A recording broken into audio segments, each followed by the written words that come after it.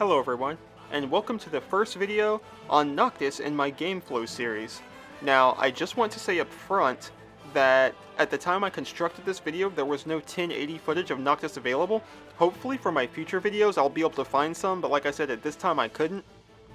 So, to get right into it, Noctis is a character who, for me, in the beginning was pretty lackluster, but the more I thought about him and the more I saw of him, he became more and more exciting. Now, in keeping with the series, I picked an HP attack for the video that's kind of unorthodox for a speed type, just so I can still give you that juxtaposition of what you already know about the classes and how different HPs might change it up.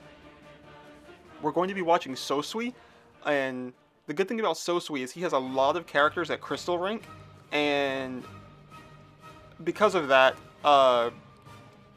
he's very skilled and he has a lot of different strategies. I think one of the reasons he's able to maintain that rank is because he doesn't often make mistakes.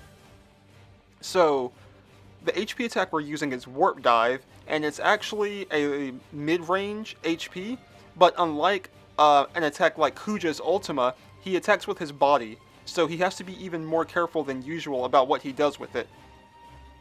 So you're going to see Sosui doing normal speed stuff, looking for opportunities to interrupt, but you're also going to see him not stay quite as engaged into the fight as another speed type disruptor might be, because he can't get anything out of it with his HP attacks. Like, you see how far away he cast that Warp Dive from and hit Cloud with it.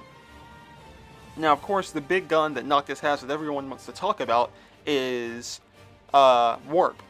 And so his Warp is a double-edged sword, because if an opponent sees it coming, it's very easily punished.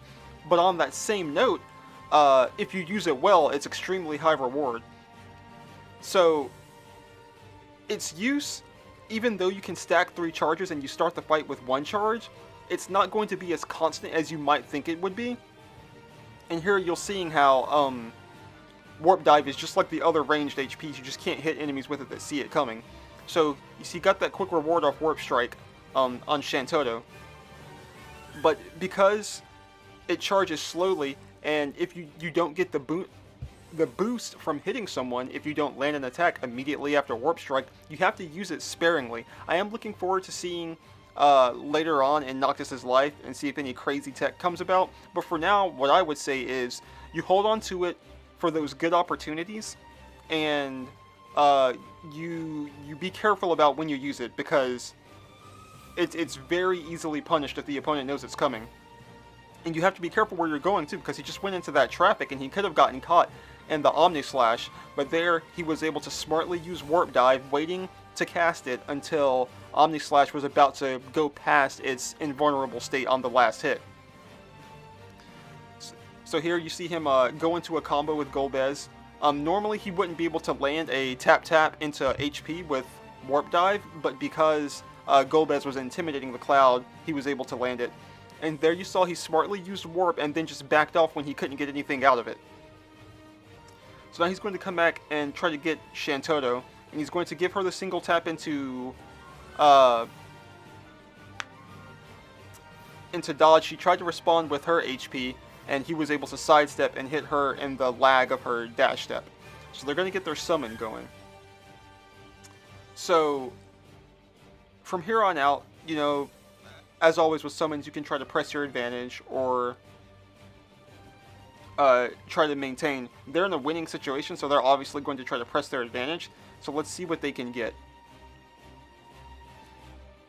See, Noctis doesn't have the vertical attacks that Zidane, Kuja, and other characters like that has, so he still has to be fairly in front of you. My original impression of Noctis was that he was a very basic speed, and for the most part that's still true.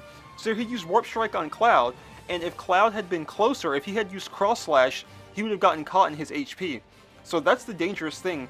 Warp Strike doesn't enact any hit stun on the enemy, so if they know you're going to go through them, they can just start their HP animation, and because they stay locked onto you and track you, if it's an HP that does that, you'll just end up getting hit by it. And there you saw Noctis again turn around for the assist with Warp Dive off a situation that he wasn't involved in. And that was kind of the point of this video with Warp Dive, is that even though you're a speed character who constantly interrupts, if he had been using something like Warp Strike, he would have stayed more involved with the fight. But when you're using an HP that is ranged, like Warp Dive, you can be more careful with your hits. You can pick off enemies when you get the chance and just keep your eyes peeled for an opportunity to snipe someone from where they don't see it coming. Now, I will say that Warp Dive's range looks ridiculously huge to me. I fully expect that to get like at least a half-meter nerf or something like that, because it goes from way far away, and that might be a trade-off that they were thinking. So if I compare it to Kuja's Ultima doesn't go as far, but it also has Brave damage up front, and I don't believe Warp Strike does any Brave damage on the front end, so maybe that's their reasoning behind giving it extra range, but even so, I think the range is a bit much. But again, that's just another take of mine on a speed type using an HP that doesn't necessarily lend itself to the speed type kit, and the type of thing you can do with that. So anyway, I will be having more Noctis in the future. Until next time.